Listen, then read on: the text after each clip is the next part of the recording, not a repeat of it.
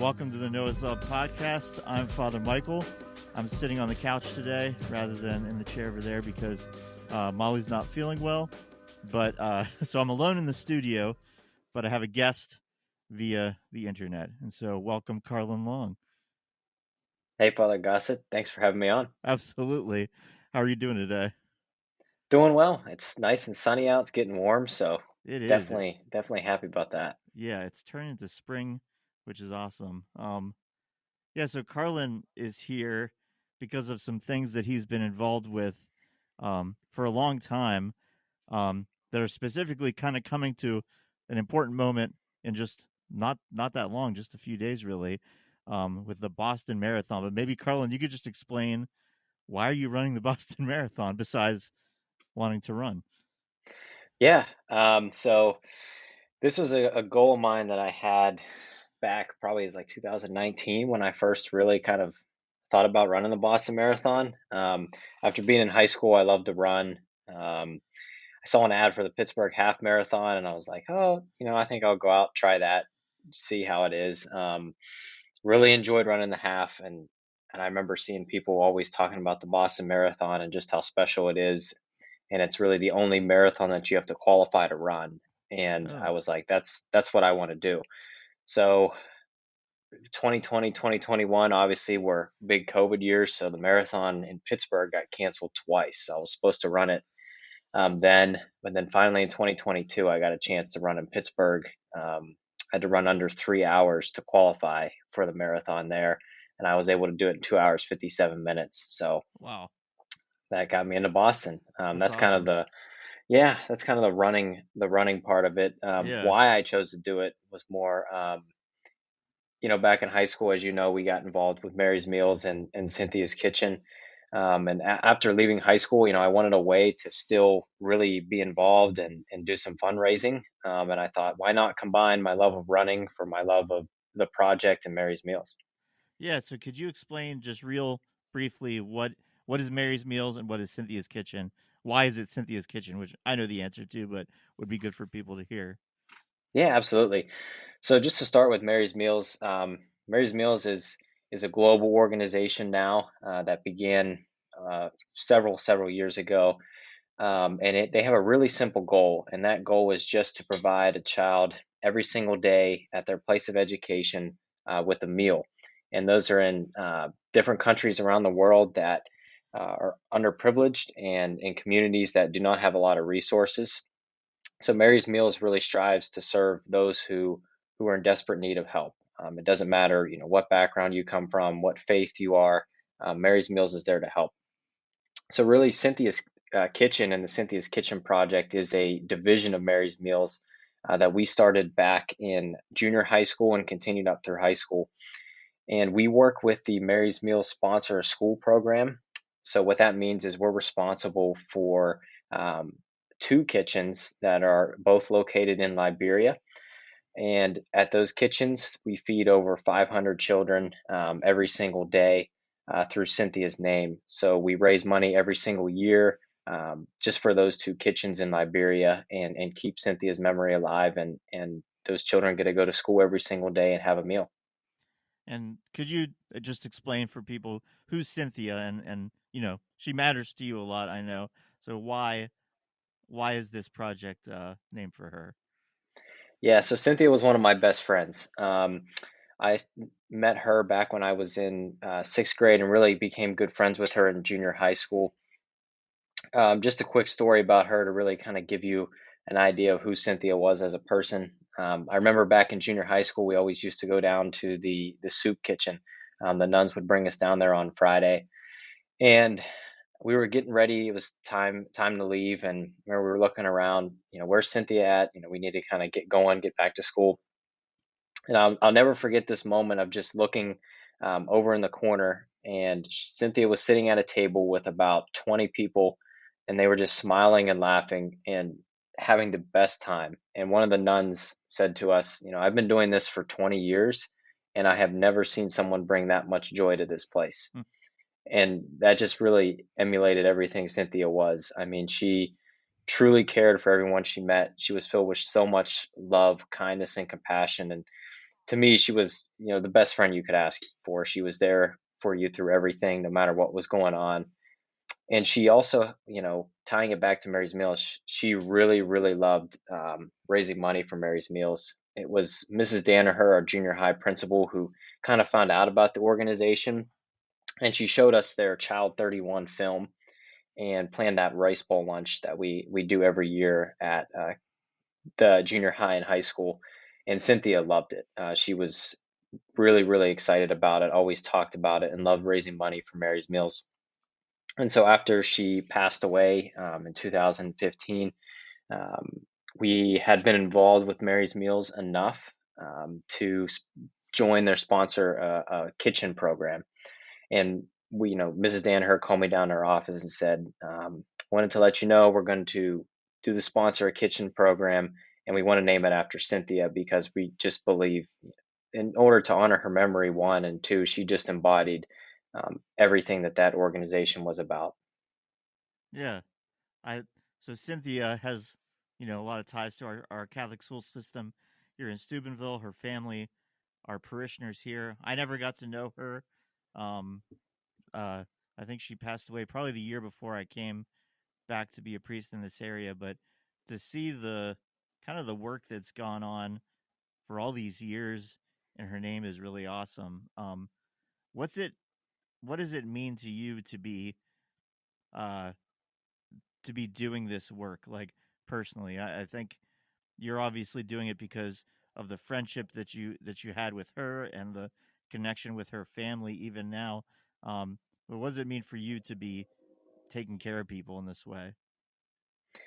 Yeah, I tell you, there was one moment really that it kind of sums up the experience for me, and it was after she passed away. I remember getting in the car with my mom, and she always played the K-Love radio all the time. She loves it.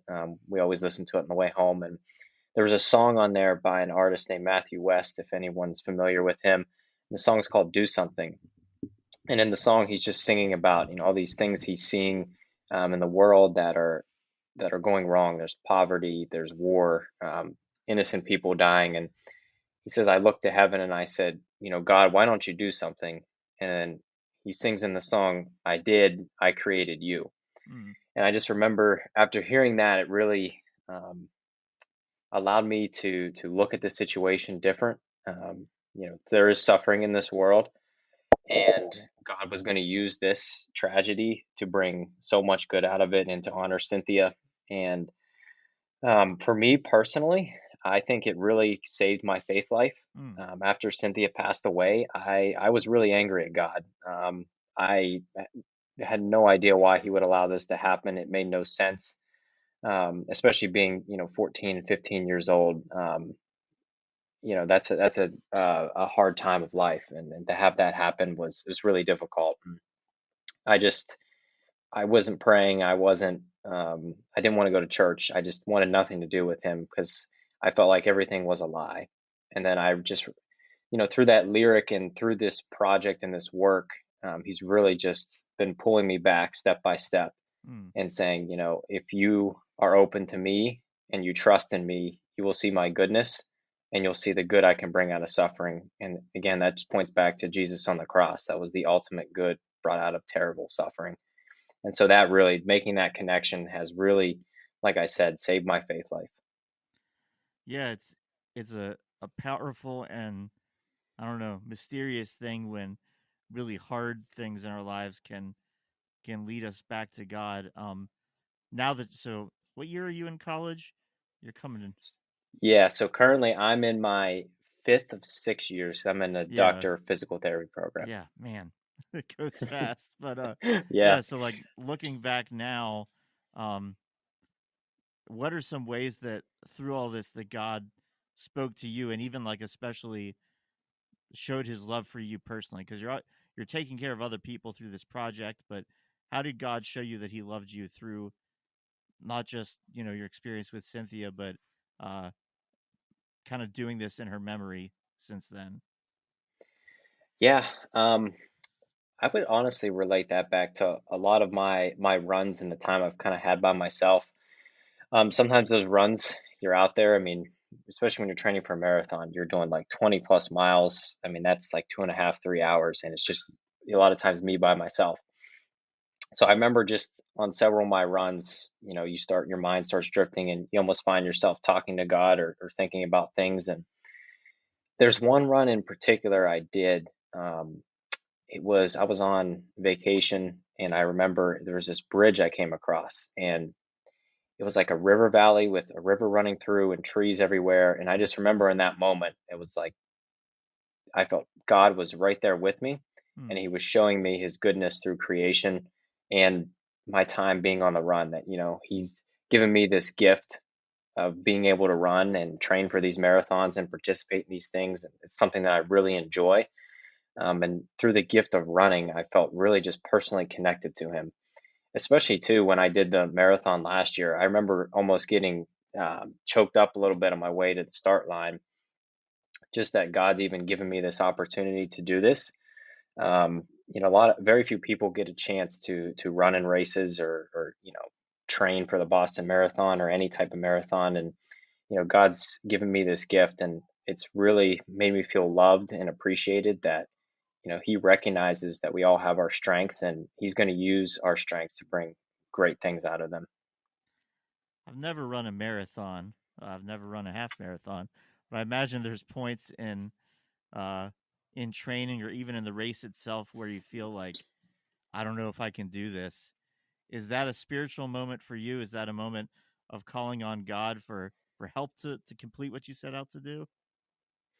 Yeah, there's definitely, it's always the infamous around the mile 20 point of the marathon where it's just from a physiological standpoint, your body's starting to break down. You're tired. You're like, well, I ran 20 miles, is 6 more really worth it? How am Mm-hmm. I going to get through this? More so in training than the race, because the race, you have the crowds and this is what you've worked for. But when you're out there by yourself on a 30-degree day in January, it's like, Mm-hmm. I'm having a hard time. So there's a verse that I'm sure everyone knows. It's Philippians 4:13. That's a verse I always write on my arm during races and sometimes out during training if I know it's going to be a difficult day. And I always just look at that verse, and it reminds me that God is with me, and in Him I can do all things. And through His strength and His love, He's going to carry me through. Mm. So it's really, besides a personal motivation factor, like I need to finish this run, it's kind of drawing on God's presence and His love to really push me through. Yeah. Has anything weird ever happened while you're out there on your own? That's just such a long time. Yeah, I mean, you have a lot of time to think. Uh huh. That's the biggest thing with it, and you kind of have to almost fight boredom because you're kind of repetitively doing the same thing over and over again. I haven't encountered too many strange things on a run, Uh huh. luckily. But yeah, I mean, I think the biggest thing with those long runs is just trying to keep focused on, why you're out there doing it, why you're doing this to your body and putting in the miles. So Hmm. that makes it kind of difficult when you're first starting, but you get Yeah. used to it as time goes on. Yeah. What's your hope for like doing a big marathon like Boston and sort of representing Mary's Meals and Cynthia's Kitchen? What are you hoping to accomplish through that? Yeah, so the ultimate goal with Boston, I remember talking with our team members, was when we did it, we wanted to share, number one, the story of Cynthia and the person she was, share the good work of Mary's Meals and the Cynthia's Kitchen project, and just tell as many people as we could about it. The Boston Marathon is kind of known for everyone that runs it has a story. Hmm. There's someone they're running for, there's an organization they're running for, or they went through a lot themselves to get to that race, and it's proving a point to themselves and proving themselves right. So that was like a really big goal of that, was really just spreading Mary's Meals, the story of Cynthia, to everyone we possibly could along the way, just because Boston kind of has that national attention to it, Mm-hmm. and we wanted just to spread those stories to everyone. Nice. Um, with the part of it where like actually caring for kids and feeding them. Um, have you ever been over to any of the locations yet? I have not. They were planning a trip back in 2020 that we thought we may have been Uh, able to go on, but unfortunately with COVID, yeah. the restrictions have been pretty intense over there. And I know even a lot of the employees of Mary's Meals and stuff haven't been over to some of the kitchens, at least Okay. that work in the United States and in the UK and stuff. Obviously, the local Mm-hmm. people are there all the time. But yeah, that is a goal. I really do hope to one day kind of get over, and you hear about the process and you hear about how everything happens and you get pictures back, but Mm-hmm. to see it in person would be really, really powerful. Yeah. What does it mean to you that yeah these kids are receiving food because of work that you're doing here? Yeah, I think it's really fulfilling. I always say, with this project, um, I'm the guy that kind of goes out and does the marathons, and I go around and speak, but it is our entire community here in Steubenville and people up here in Pittsburgh and the schools in the local area that really have made this possible. It's really cool to just sit back and kind of look at all the little acts of love that people do. Mm. Like when we have, for example, like a wine tasting fundraiser, there's people that, oh, I can bring cookies for this. I'll bring this raffle item. Like for example, we're having one this year in the Mentos. If you're familiar with them, they have their own pottery they do for Mary's Meals that they make themselves. They made us two things of pottery to raffle off for the wine tasting, and it's just countless acts like that. I mean, I've had my classmates come down to the Pittsburgh Marathon to cheer me on and donate what they can, and just this collection of hundreds of people that are constantly giving of themselves and using their talents, and kind of being in the position I am where I'm like the project director. I get to see it all come together. And that's just really powerful and really rewarding to watch. And then knowing that all these little acts together are making this amazing thing happen where, 350 to 500 children in Liberia are getting the opportunity to go to school and having a meal that day, which is so important to them in Liberia, which is thousands of miles away from us. That's just really, really powerful to see, and I think it just demonstrates God's love and how He works in all of our lives really, really well. Mm. You mentioned before how the experience with Cynthia's death, but also doing this project, sort of brought you back closer to God. Um, yeah, I'd love if you could share more about that, of just what that process looked like. Were there specific things? Were there ways of praying, or things that you were particularly doing that he worked through? Yeah, I would say especially as you know, the Kairos Mm, retreats were a big moment in my faith for me because it really was the first time I think, I had talked to my mom about it some about struggling with my faith and my dad too as well, just about the personal struggles I was having dealing with it. But that was kind of the first time on outside of my family that I talked to, my friends about her death and how it my struggle and my faith was impacted from it as well. And just hearing other people talk about the struggles they've had in their lives and how it's also impacted their faith. It was just nice to know I wasn't alone in mm, that they too have times where they doubt God. And I just remember on that retreat, I had a sense in me that there was something I needed to do on that retreat, and that was give up my desire for control, mm, and to just fully trust and surrender to God in my life. And that was kind of the starting point for me, where it's like, okay, God, I know I need to work on this. I'm a type of person where I like to control as many things as I can. I like routines. I like to know what's going to happen. I like to plan ahead. And so really that's just been through prayer, saying, God, I trust you. Help me kind of to take a step back a little bit here. Help me to not try to plan months ahead. Help me to live day by day and to mm. trust in you. Yeah, that was the first Kairos we did, right? You were on the first team. Yeah, very first one. Wow. Yeah, we're just did six, I think, this year, which is crazy. But Yeah. yeah, I think that's a lot of people, and maybe it's not talked about as much. That struggle of how you reconcile a loving God with something terrible happening. And I think it's something that people question a lot. What would you, what advice or just counsel would you give to somebody if they're kind of in that place now where they don't know where to go? What should they do? What's helpful? Yeah. I think for me, it definitely was embracing, acknowledging, yes, God, I am angry at you and I am looking for answers. God understands that. Mm, He recognizes, there is suffering in the world and he allows suffering to happen. And I think also too, it's really important that it's not an overnight thing where, yes, I had that moment with like the Matthew West song where it was like, oh yes, I could see how God could use this, but it wasn't like right after that moment, yes, God, I trust you. Like I feel really good about this whole situation. Even not today, I mean, being completely honest, I still struggle with it. mm-hmm. There's moments where I think back, what if Cynthia was so here? What if you didn't allow this to happen? Despite seeing all this good that's come from it. Yeah. And it's really for me, it's just that every single day, um, you have to try to just ask God, allow me to trust you just that little bit more today. And it's Mm, just through constant prayer and just recognizing areas in your life, even in the tiniest things, that God is present with you. And just doing that every single day, day by day, has allowed me to make progress in kind of reconciling that, this terrible thing happened.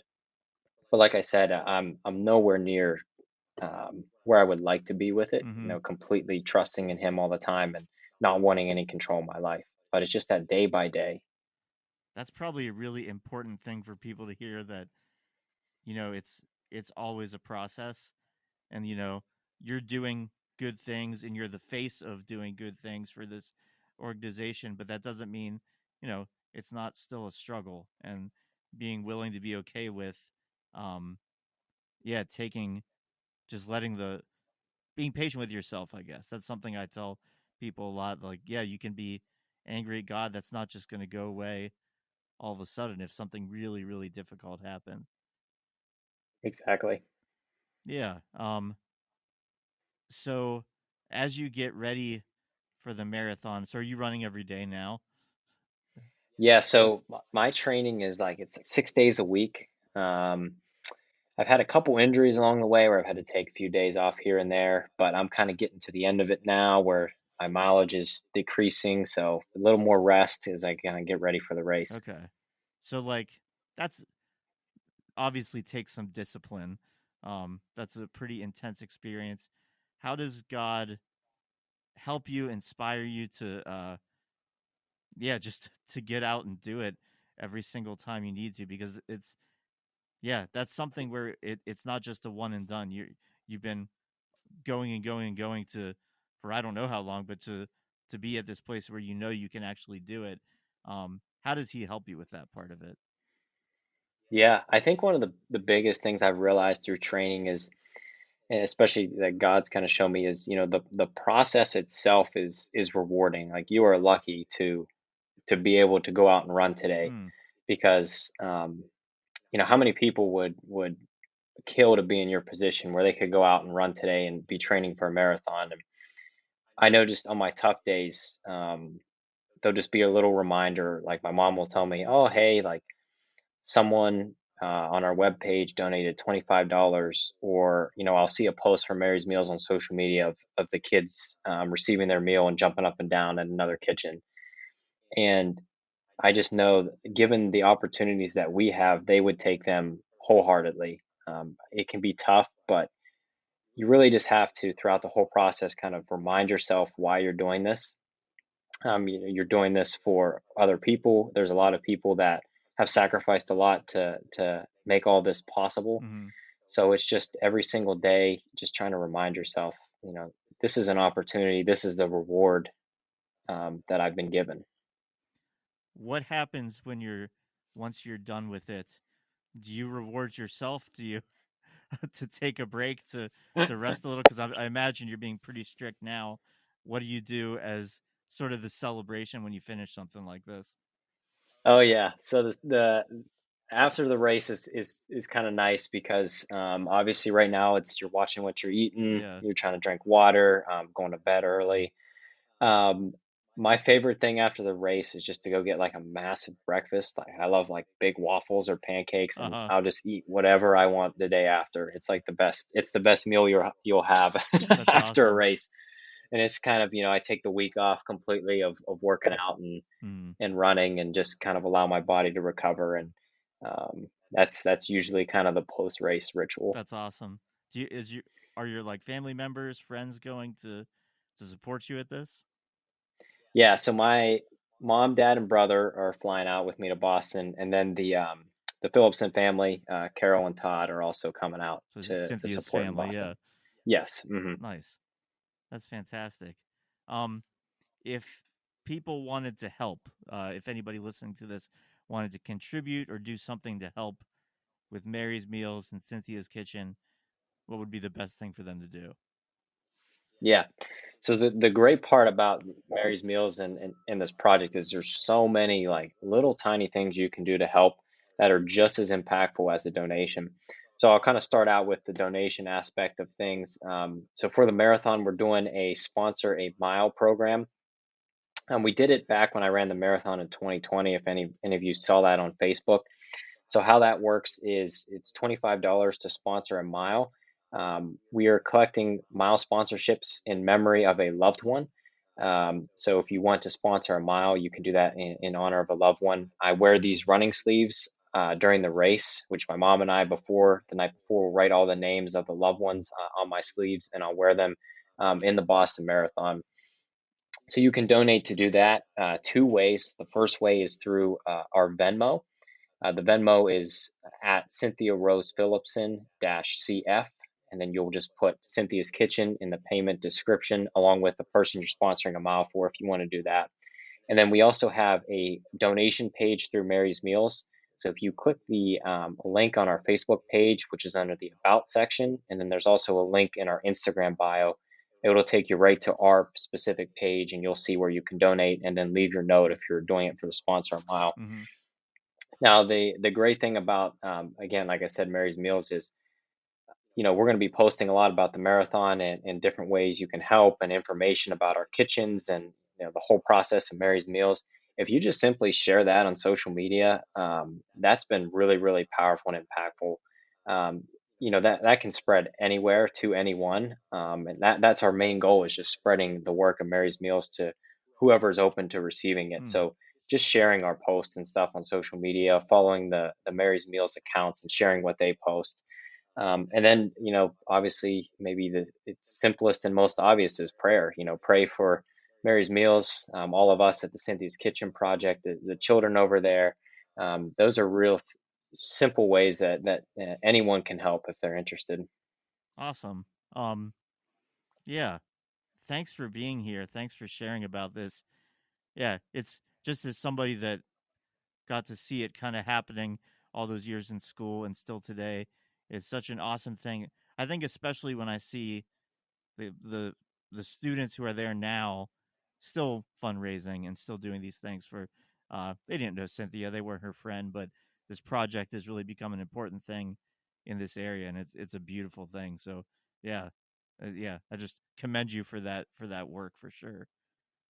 Yeah, thank you. I mean, like I said, it's been everyone really that's kept it up. Mrs. Danaher, Mrs. DeMichael have been teachers and principal at the school for a long time, and even the new staff there that's kept up with it. It's pretty awesome to see, and I had the opportunity over my spring break to go back and talk to the high school and elementary, and it was really cool, especially when I was talking to the elementary children. They were asking, questions about Cynthia. Mrs. Danner was like, "Do you know why the color is purple?" Because it was her favorite color, and it was cool. Just that was kind of a moment where you saw like Cynthia's memory and her legacy is really being passed down now to, like you said, a generation of students that really never knew her. Mhm. So the work is really growing, and it's really impactful to see. Yeah. Well, the way that we end this podcast every week is sharing a way that God has loved us personally. Uh, are you ready to share that? Do you need a minute to think? I think I'd be good. I Okay, think I'm go good. for it. Yeah, so actually now it's kind of we're on a weird schedule with PT. We're finishing our spring semester like this week. This is our finals week. And we had a big orthopedic practical today, I was really nervous going into it, and I was, oh, I'm afraid I'm nervous, mess up, one of my special tests I'm supposed to do, or my range of motion measurement. And as soon as I started the practical, I felt really calm, confident, and it went really well. So God definitely showed me His love that way. He gave me a lot of peace and comfort today. So Hmm. that's something I'm definitely grateful for. That is a gift when you're stressed out over something. Yeah, That's awesome. yeah, I would say for me, it feels like we're getting into Holy Week, and which is really intense but good. This will come out. It's the day after Easter, but yesterday was Palm Sunday, and so just uh, the experience of celebrating that Mass. I was saying to Father Josh, the other priest here, after Mass, like you really felt like you did something after those Masses, just that there's so much involved with it, and you really start entering into the story of Jesus' suffering and death and resurrection. So it's a gift every year, and yeah, everyone's yeah. already celebrated Easter if they're hearing this, but uh, keep celebrating. Kind of like Carlin after the race, after after Lent, it's worth feasting after you've fasted. Absolutely. Yeah.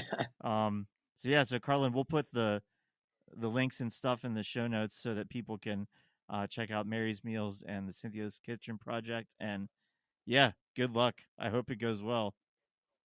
Thank you, Father Gossett. I appreciate you taking the time and having me on. Absolutely. And we will be back next week with Molly, and we will continue to celebrate Easter. So everybody have a good one.